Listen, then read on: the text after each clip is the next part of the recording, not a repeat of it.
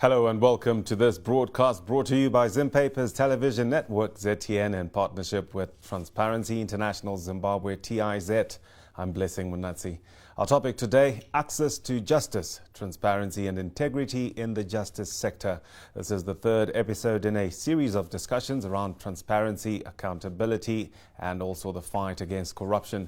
Today our discussion focuses on transparency and integrity in the justice delivery. The judiciary system has emerged as one of the most integral institutions and constitutional as well as democratic states that respect the ideals of the rule of law as well as constitutionalism.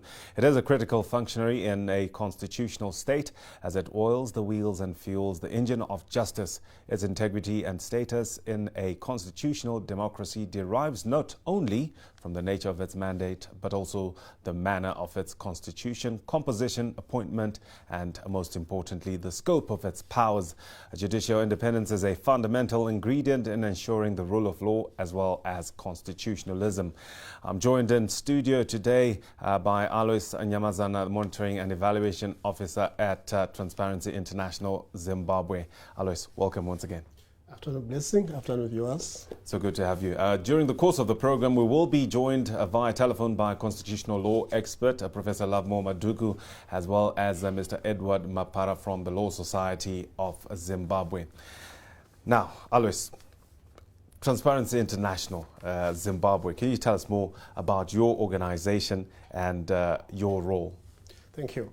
Transparency International Zimbabwe is an organization that exists to fight corruption in its all forms and in all forms or sectors of the economy.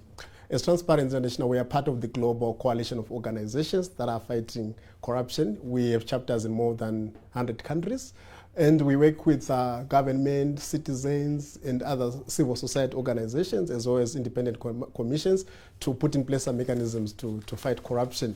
Our vision as Transparency International Zimbabwe is to see a Zimbabwe that is free from corruption and anchored on the values of transparency, accountability, and good governance. Okay, thank you so much. And now, the main effects of corruption. What will be the main effects of corruption, the implementations? Thank you so much. Corruption affects, especially within the justice system, affects the development of a nation in so many ways. Maybe I'll look at it from two levels. Firstly, corruption affects the general enjoyment of human rights, mostly by the vulnerable people. Secondly, it also affects the progress and development of nation in terms of developing strong institutions that should safeguard the rule of law and even the human rights. So firstly, for example, at grassroots level, when there's corruption within the justice sector, the women, the children, and other vulnerable people will not be able to get what they're entitled to. They will not be able to enjoy their rights because of the corrupt processes. Mm-hmm. Now, looking at the higher level, at country level, when there's corruption in the nation, issues around we have weak institutions that are not able to enforce the rule of law. And in the process, we lose quite a number of things. For example, the resources. We look at the Auditor General's reports. They normally produce quite a number of reports of people that are squandering our public resources. And if we don't have a strong justice system, or if our justice system is corrupt, those people will not be prosecuted, will not be sentenced, leading to the nation losing quite a huge amounts of resources at the expense of development. Mm-hmm. From your own assessment, what prevents us from going the full circle in ensuring that these cases that are brought up are actually prosecuted? There are quite a number of issues that contribute to that. Firstly, the corruption that we are talking about. The general feeling among citizens, and also even what we have seen happening, is that it appears there's a lot of political interference within the justice system.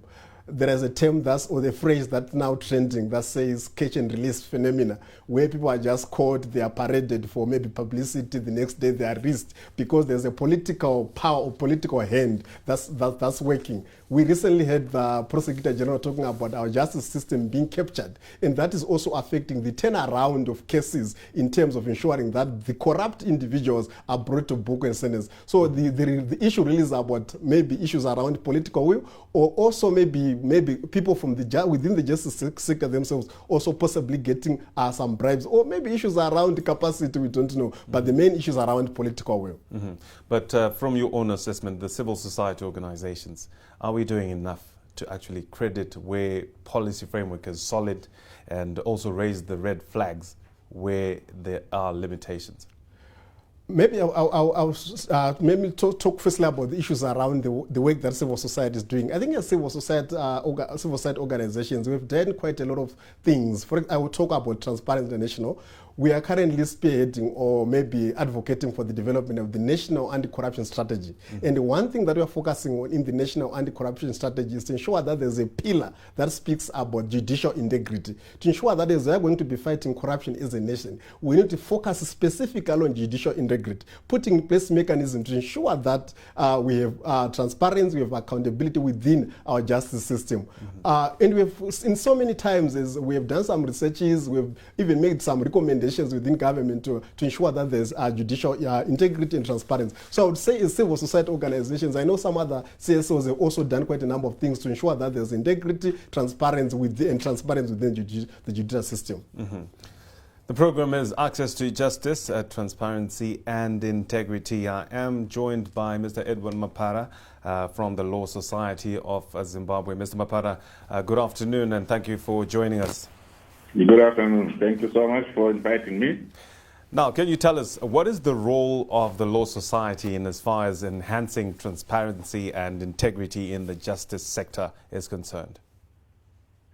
Thank you very much. The Law Society is, among other things, a regulator of one of the key actors in the justice chain, and that is the legal practitioner. Mm-hmm. And you realize that the legal practitioners are all over the place in terms of the justice chain, from the judicial officers, the prosecutors, and the defense lawyers. Mm-hmm. They are all lawyers. But it is our responsibility to ensure that they are men and women of integrity. So we try to force standards of behavior that are commensurate with transparency and accountability, yes. Now, we have seen a number of misconduct cases, especially in the profession. Should we be worried that the people that are meant to represent us are not exactly up to scratch in terms of accountability and integrity, like you're saying? Have you put in place measures to safeguard the integrity of the legal profession? Thank you very much. Lawyers are human and lawyers are fallible. But when you look at the statistics, you will notice that the number of lawyers who have fallen foul of the law are not very significant. Mm-hmm. Yeah, we may have a lot of complaints that we are investigating, but it does not necessarily reflect that in all those cases the lawyers have been wrong. How many deregistrations maybe have we had maybe in the past year or two? We have had about 15 in the past 2 years. Mm-hmm. Yes, and you notice that among those, some are a lot of carryover cases from as far back as 2012. Mm-hmm. The reason being that our system of processing those cases was not as efficient as it has now become. Mm-hmm. So we have been clearing a lot of backlog, and as a result, you see a spike in the number of lawyers who have been deregistered. Mm-hmm. But we expect that number to fall down as the time progresses. Mm-hmm. Now, looking at the justice sector, what are the risks of corruption that are there? Are there any legal policy and structural loopholes that are apparent? Well, it is something that is very difficult to fight and almost very indiscernible. Although we have a lot of anecdotal information and people talk stories about corruption here and there, the number of cases that are officially reported, sadly, is very, very low. So the issue is that in the legal profession, judicial officers and prosecutors who play a role of quasi-judicial officers, particularly in the set-down office, they have a lot of discretionary powers. Mm-hmm. And where there is discretion, then it becomes very tricky. Law is not a precise science. So because it is not a precise science, you cannot automatically say if a decision has gone against you, mm-hmm. it is because there has been corruption. Mm-hmm. Or if it goes for you, it's because you have paid a magistrate or you have paid a prosecutor to throw in the case.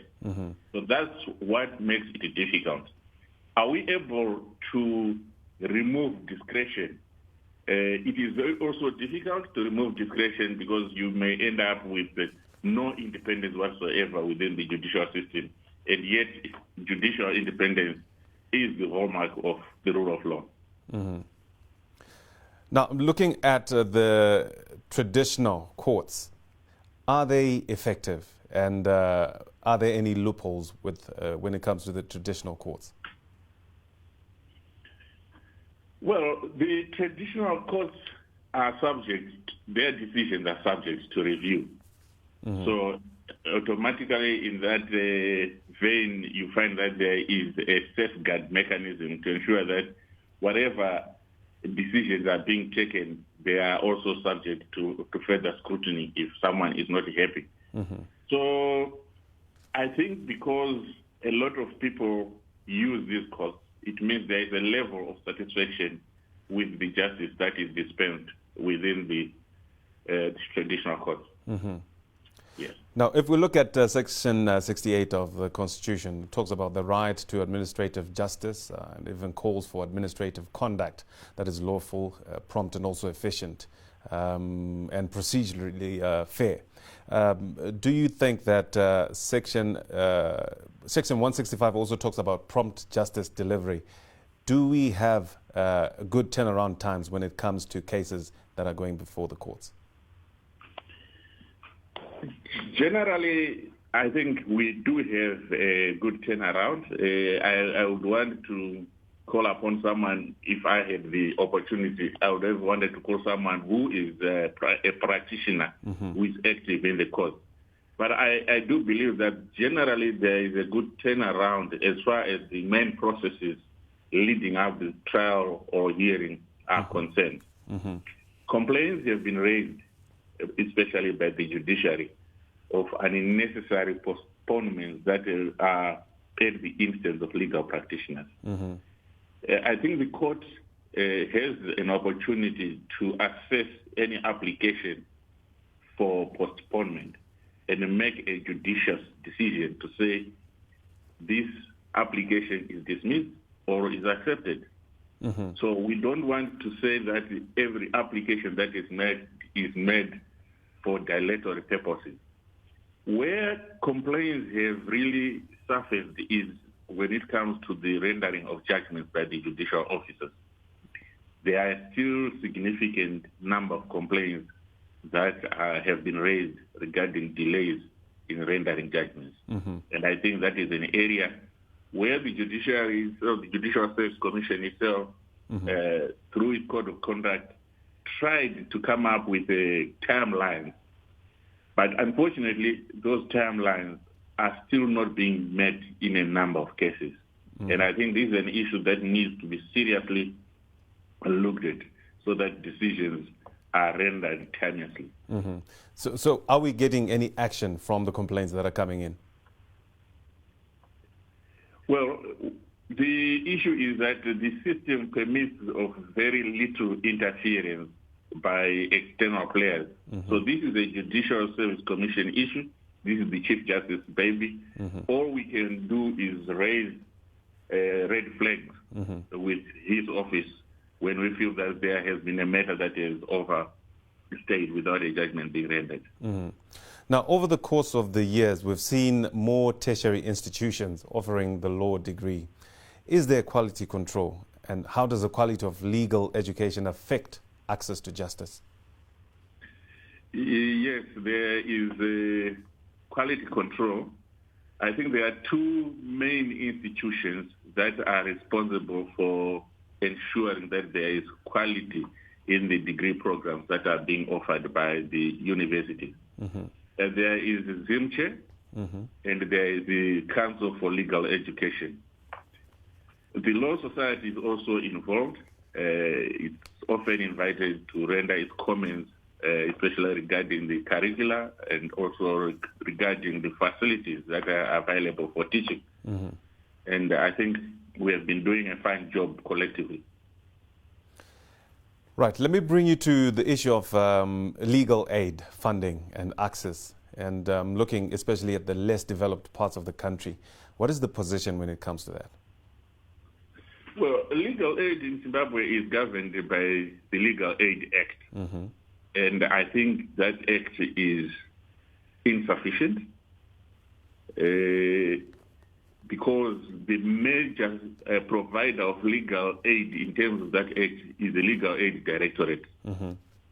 So that Legal Aid Directorate, which falls under the Ministry of Justice, lacks capacity. Mm-hmm. In terms of the number of lawyers that are employed and in terms of the training that is given to the officers who man the office. Mm-hmm. And have we tried to... They are lawyers... Have we tried to bridge this gap? Sorry? Have we tried to bridge this gap of insufficiency? Yes, we are, apart from the fact that we have now stopped the interactions because of COVID-19, mm-hmm. we have a training program that we have already agreed with the Legal Aid Directorate, which is going to be rendered by the Law Society of Zimbabwe. Mm-hmm. Yeah, so we have recognized the shortcoming and we are intervening. Mm-hmm. Moving on to gender dynamics, do we have equal access for women in the justice sector? Do we have the women getting equal opportunity? And also, what are the risks associated with corruption looking at gender? Access to the profession by women, mm-hmm. I think, is open. Initially, I know that the universities used to practice affirmative action, mm-hmm. but the reports that we get is that women have been doing so well at A level that the need for affirmative action has really fallen away. They are passing and qualifying for joining the law faculties on their own merit, mm-hmm. and not because of affirmative action. And there are more women student lawyers than we have the male student lawyers. Mm-hmm. Yes. Now, the big question, though, has been the number of female lawyers who are in private practice. Mm-hmm. Studies have shown that there are fewer women practitioners than male practitioners. And I think this is as a result of the nature of the work that is undertaken by lawyers. It's very rigorous and time-consuming, sometimes antisocial. So when you want to mix legal work with family raising, it becomes a challenge. Mm-hmm. Because in legal practice, like in many other service areas, the human being is the means of production. Mm-hmm. So if you go on maternity leave, it means you are not producing and you are not earning. And mm-hmm. sometimes that then affects mm-hmm. Your relationship with other employees or other partners within the law firm. Mm-hmm. And this is a real problem, not only in Zimbabwe, but the world over. Mm-hmm. While you're still on the line, Ms. Mapara, maybe I'll just ask Alois to come in and make a comment, especially on the issue of gender and women, the risks associated, corruption against women in the sector. Well, what we have noted is Transparency International, through our researches, through our work at the grassroots level, even at national level, we have discovered that women are the main victims of gender corruption within the justice sector.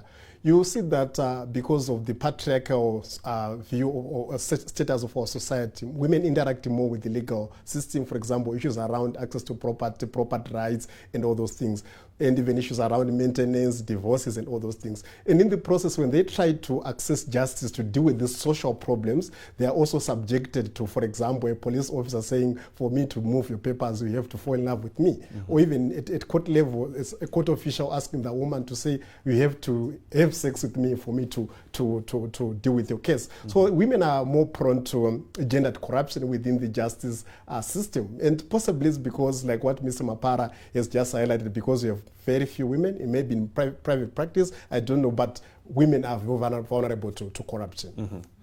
Thanks for that. Ms. Mapara, are you still there? Yes, absolutely. Right. Looking at Section 190, subsection 2 of our Constitution, it talks of promoting and facilitating independence of the judiciary, as well as transparent and effective administration of justice. What needs to be done for us to ensure this? Well, I think a number of things have been done, and one of them is the recruitment process, which has been the subject of much debate.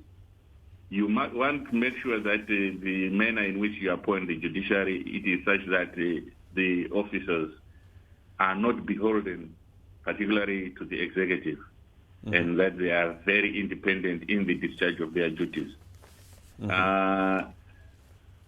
In terms of remuneration, I think that's another area that we need to really focus on, because it is a subject that has been raised a number of times, that the temptation is so high that if you have judicial officers who are receiving very little by way of remuneration and benefits, they are then easily corruptible.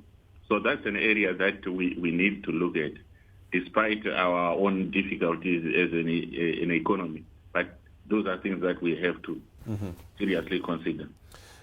Looking at the prosecution itself, we did hear, unfortunately, the JSE could not be with us today, but they did proclaim that they're making a move to actually let the legally qualified lawyers be prosecutors in courts of law, as opposed to maybe the police officers that have been trained in public prosecution. Is this a good move in light of the fact that the police officers know more about prosecution in their day-to-day activities? Okay, the first issue around police prosecutors has not been their incapacity. I think even the case that went to court, the issue is about their independence. They are an appendage of the executive. They are members of the police force. The police force is responsible for investigating matters and bringing them to the prosecutors. Where prosecution is supposed to exercise an independent decision as to whether there is a prima facie case warranting taking to court or not. So if you are a police prosecutor, it's like you are the left arm and your colleague is the right arm. You take a matter from the right arm and push it to the left arm and assume that there's going to be any value addition. Sadly, it will not be possible. So the issue of independence is a key issue to the clamor for police prosecutors to cease being members of the NPA. Maybe the last issue before I let you go, Mr. Mapara, the issue of judicial decisions being made freely without interference and meddling, as expounded by our Constitution in Section 165 and 164. Yes, what is the question? Yes, what needs to be done? What is your assessment in terms of are we having that freedom to actually go about our duties without interference and also undue influence? And also, can this actually be measured? Yeah, it is very difficult to measure it, and there's a lot of speculation that is thrown around, and maybe depending on which side of the matter you fall on, whether you have been the winner or you have been the loser. There is a general tendency to make a judgment regarding the independence of the judiciary, depending on how a judgment has been given in your matter. So this is a very difficult area to measure, and I don't think it requires a forum like this, because it's something that you really need to do a proper analysis. And once you've done a proper analysis, you can then be able to say, in terms of the jurisprudence that is coming from the courts, there seems to be a clear consistency in taking a biased position in these matters. But you can't just plug off the air and say, no, the judiciary is not independent. Yes. So I think someone has to really look at the jurisprudence. And you also need to look at the levels. Is it within the civil matters? Is it criminal matters? Is it within the lower courts? Is it in the upper courts? Is there a pattern through the whole system, or there are certain courts that are perceived to be more independent than the others? So that is some work which ought to be done. I hope TIZ will be able to commission a research on that area. Ms. Mapara, thank you so much for your contribution and the points that you did clarify for us there. You are welcome, sir.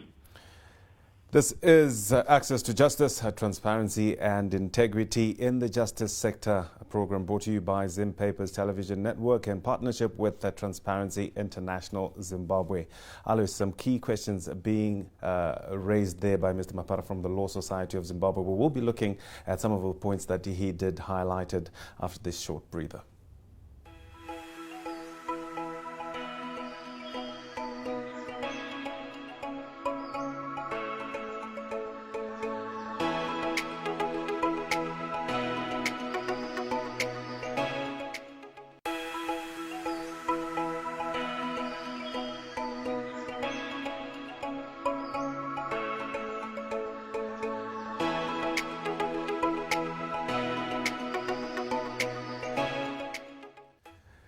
This is a Transparency International program brought to you in partnership with Zim Papers Television Network. It's Access to Justice, Transparency and Integrity in the Justice Sector. A third episode in a series of discussions around transparency, accountability and also the fight against corruption. I am in studio with Alois Nyamazana from Transparency International. Alois, before the break there we saw Mr. Mapara highlighting the issue of, law reporting of corruption.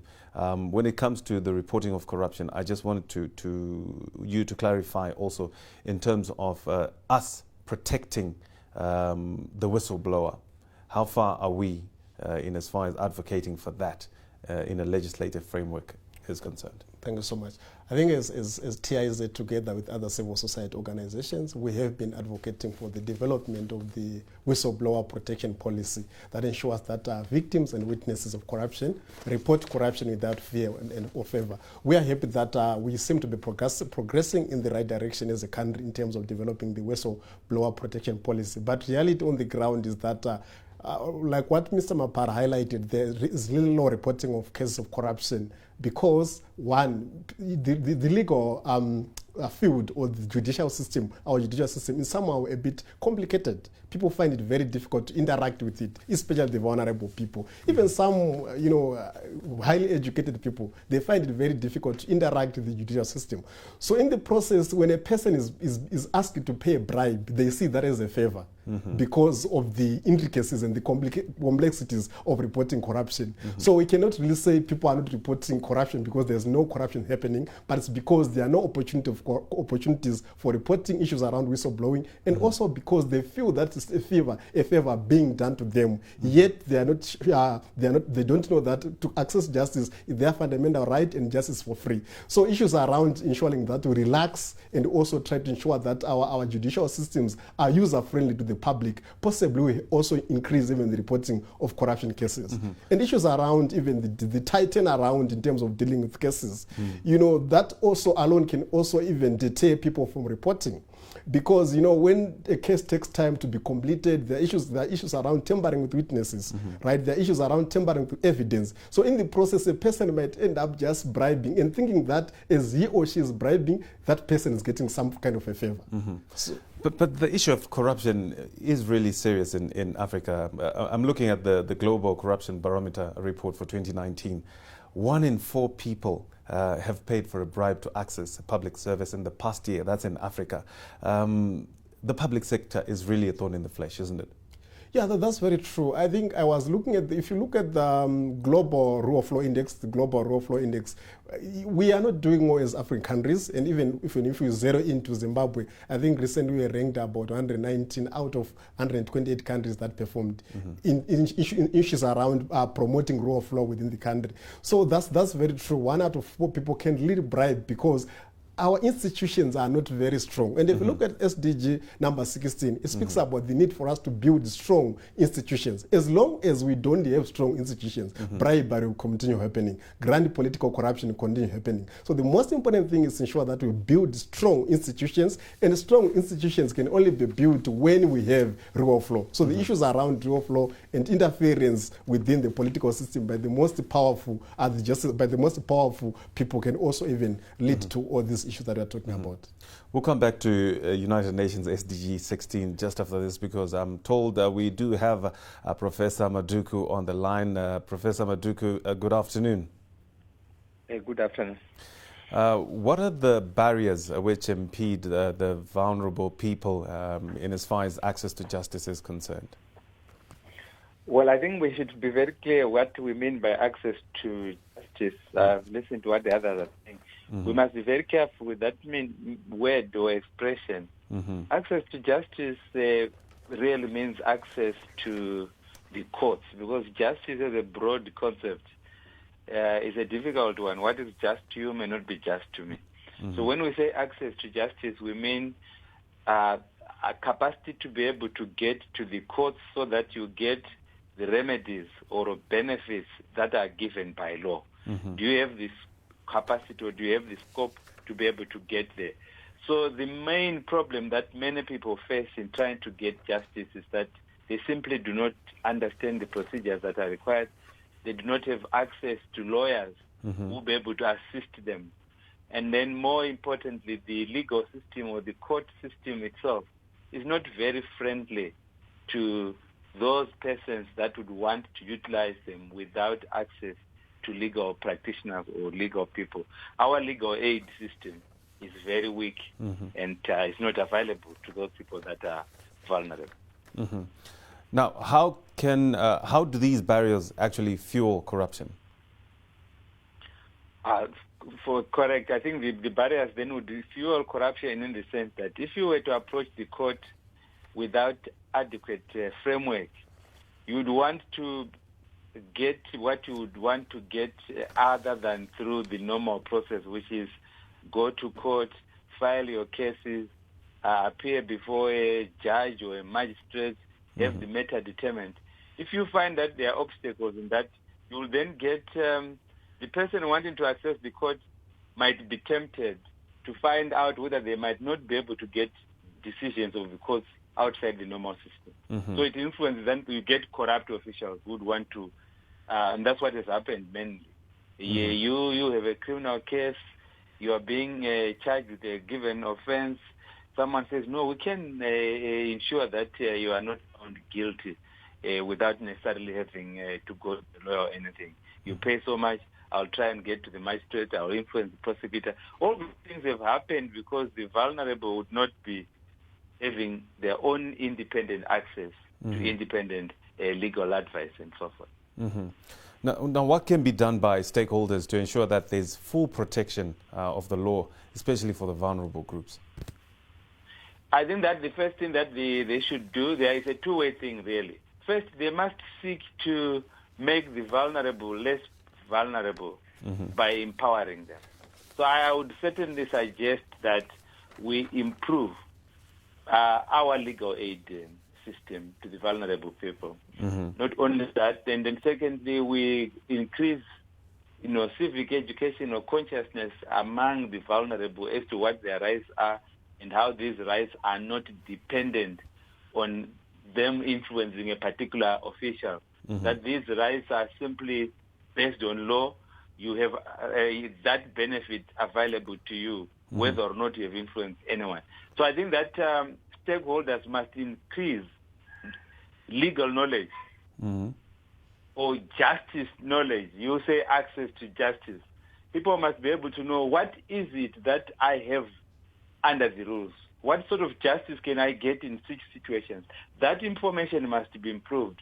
And once people know that they have a right to a particular thing, the levels of corruption would be low, because people will go and demand things as of right, rather than trying to get things as you think there's a privilege or you have been favored. Mm-hmm. That is what has to be dealt with. You mentioned the issue of the legal aid. I was asking Mr. Mapara from the Law Society the same question, and he was raising the issue of incapacitation.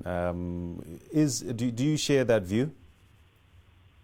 Well, I think the legal aid system is not working because there are not enough resources that are made available to the legal aid process. Mm-hmm.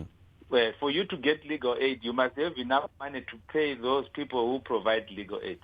If you get to many developed systems, the legal aid directorate or a legal aid fund would be paying lawyers similar rates or rates that are competitive. Currently, we have so many young lawyers who are really not properly employed, who are still looking for jobs and so forth. And that if you look at the rates that are being paid to many of these young lawyers in there, I think the government could provide much more than that in terms of legal aid, or the stakeholders could provide much more in terms of legal aid and employ a legal aid staff, either from a government point or a non-government point, that is adequate for our purposes. I might tell the listeners that there are countries where you always you have lawyers, legal aid lawyers that are attached to every police station, for example.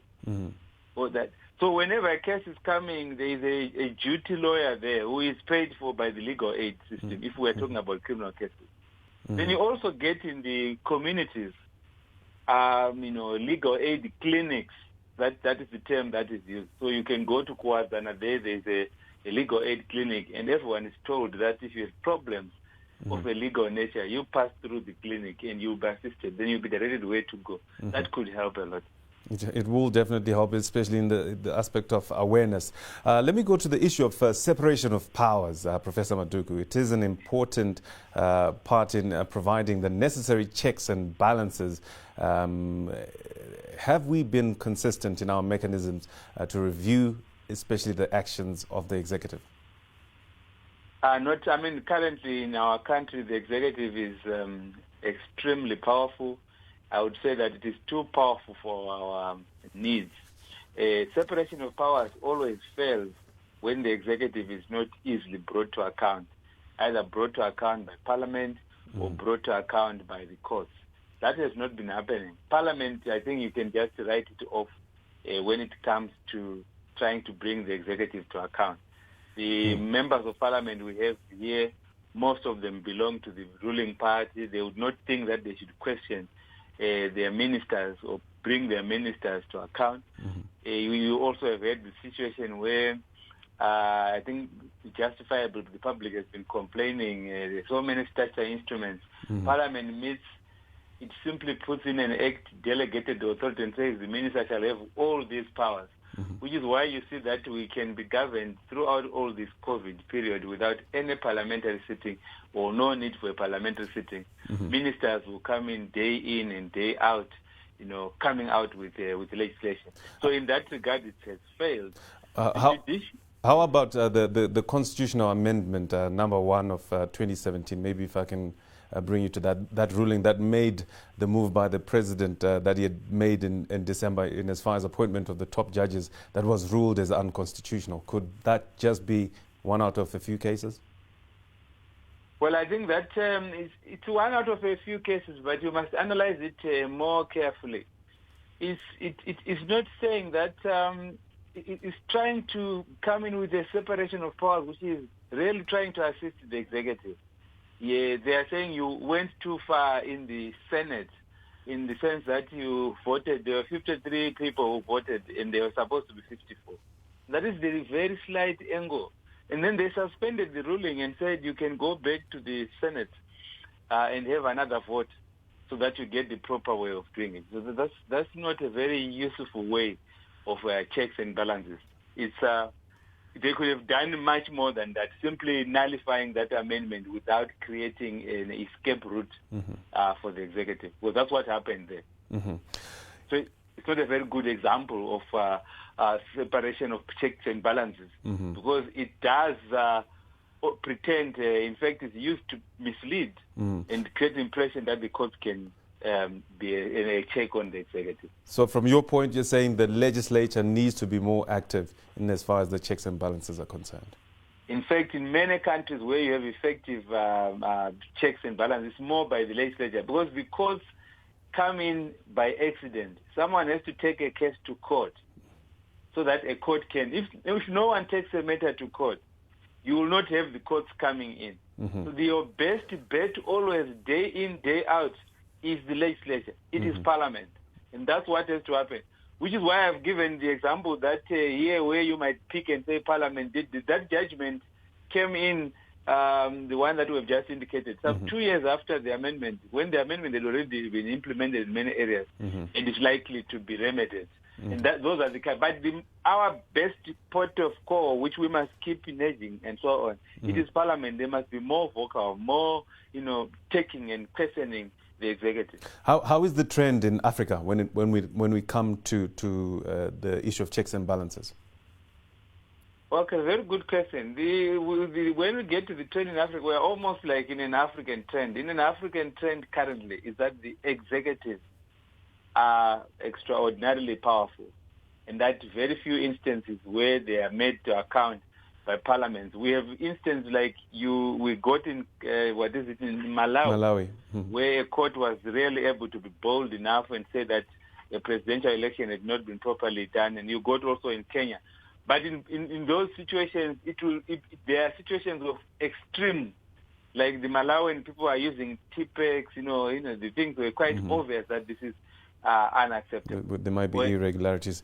Let me take you to UN SDG 16, which pursues justice for all and the need for strong institutions. Are our institutions adequately capacitated to deliver their mandate? No, not at all. I think that's, in fact, that is what has led to all the difficulties we have, even now it's somewhat creating an environment for corruption. It's because our institutions are not adequately capacitated. They have two problems. The first problem of our institutions, of course, the financial base for them to be independent of the executive and be able to operate. We are supposed to make sure that they get their money from parliament and then they run an independent budget. But that doesn't happen. All these institutions, whether it's judicial and so on, day in, day out, they have to join the queue to get money from the treasury. So because of that, they are very close to the executive because of the need to join the queue for money. If your chief executive wants a new vehicle, you don't just be able to buy it on your own. You will have to get it from the treasury, etc. So there's a financial dependence which has completely crippled most of this. I can give the example of ZAC, the Anti-Corruption Commission. One time they said they were waiting for treasury approval for them to actually employ officers. I think the new ZAC chairperson, she wanted more and more people.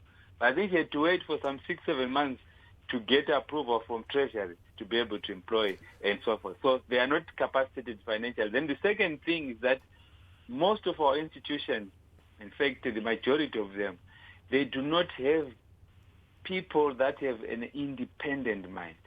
And it's also a big problem, that one. You get someone appointed to be in any commission that on paper must be independent. But you have to have those people converting this paper independence into real independence. But then if you get a person whose mindset is always to defer to some higher body, it's very problematic when you start hearing people that must know better, always being very careful to describe the president as His Excellency the President, it's not necessary. It can show that the mindset of this person is one that is in itself not capable of acting independently. This is where you find that even some judges, despite the fact that the Constitution says you are independent, they shall not, they would, if they have no independent mindset, they'll always be wanting to look back and see whether what they are going to decide would be favorable to some other people. Finally, before I let you go, Professor Maduku, Section 165, 1B, prompt delivery of justice. Are you happy with the turnaround times of the cases Is there any case management initiative that needs to be in place? I'm very, very unhappy about that. That's one area where we are very weak in this country. And it's one area that is very disappointing. It's one area that we have to deal with. The judges are very slow in coming up with judgments. The lower courts are doing better. I mean, I'm referring here to the magistrates and so forth. It's quite, they are doing a commendable job. You don't normally wait to get a judgment from the magistrates. I think in a short space, it's fine. You might worry about the quality of what you get there, but at least in terms of churning up. But once you get to the High Court, Supreme Court, Constitutional Court, you know that you can wait for 2 years to get a judgment from the Supreme Court or from the Constitutional Court. You wait for a year. Yet around, if you were to go by your earlier question of what is the turnaround, what is the position in Africa, we have very beautiful countries there in Africa where you can have your judgment within a month. If it is a very serious case, then more or less 2 weeks. They're more efficient. They are more efficient. Yeah, they are not. They have to do a lot. I think when Chief Justice Malawa was appointed, he had raised a lot of hopes about the rate of delivery. But unfortunately, that has not happened. In the past 1 year or so, we have gone back to the old situation where you wait minimum of 6 months if it is a Supreme Court judgment. That's what is more or less coming up. And then, but otherwise, the more trend is a year and a year and a half. And even longer. Professor Maduku, I have to thank you so much for giving us your time during the show. Okay, thank you very much. Professor Lovemore Maduku, Constitutional Court expert, giving us his insights there. The issue that you raised, coming up again, Alice, the issue of strong institutions. As we're about to head to a close, looking at the perceptions around the justice system, you've already highlighted those. What are the recommendations that Transparency International Zimbabwe has to improve access to justice? Thank you so much. I think as Transparency International, what we are advocating for, one, independence of the judicial system. It has to be very independent, because right now I think we've had so many reports about the state being captured, judicial system being captured. So we're looking at a system where the judicial system is independent. For example, even issues around employment of HR employment of the people that work within the judicial system, even issues around even promotions. I think it should be as independent as possible. Professor rightly highlighted that some people within the judicial system, they might want to sort of appease the people that appoint them. And in most cases, the people that appoint them are politicians. And obviously, politicians, they have their own ambitions. But is there a way to actually solving that? Because one way or the other, anyone who holds a title will be appointed by someone. That's why we are saying we need to come up with a very strong... Professor highlighted the issue of parliament. Possibly, what if we say parliament can deal with these issues without the interference of the possibly executive? If parliament is dealing with those issues, possibly that might also reduce the risk of political interference. And even the Law Society as a regulatory body should also be possibly included to ensure that it puts some checks and balances in terms of recruitments, promotions, and transfers of people within the judicial system. So that alone can actually improve the issues around transparency and accountability. Then the issue also raised by the professor is very true. We have been doing quite a number of trainings for the judicial officers. And one thing that they keep on raising is issues around remuneration. We feel that they are somehow underpaid and incapacitated. The government should come up with some measures to ensure that these people are motivated. Obviously, they have their own needs that they want to meet, and it's also tempting for them if they are not paid well. So I think possibly if the government does not have money, why can't we come up with non-monetary incentives? For example, housing, the government has learned to honor that. Housing, issues around vehicle loans, to ensure that the people within the judicial system are also well paid and motivated. And we remove the significance or the temptation of actually getting into corruption. Yes. Alice, I have to thank you so much. We wish we had more time to discuss, but next week we're back in studio again, looking at another area around corruption. Thank you so much for your time in studio. Thank you for having me. Now, as we come to the end of our show today, access to justice, transparency and integrity in the justice sector. I would like to thank Alois Nyamazana once again from Transparency International Zimbabwe, who was my in-studio guest, as well as a constitutional law expert, Professor Lavmo Maduku, and Mr. Edward Mapara, the Chief Executive of the Law Society of Zimbabwe, who joined us via telephone. Many thanks to our partner, Transparency International Zimbabwe, and all our viewers who followed this discussion through our various platforms online. Keep in touch with more ZTN programming via our social media platforms, as on Facebook, Zimpapers TV Network, on Twitter at ZTN News, YouTube, ZTN, and also our website, ztn.co.zw. My name is Blessing Munatsi. It has been an absolute pleasure. Stay safe. Good afternoon.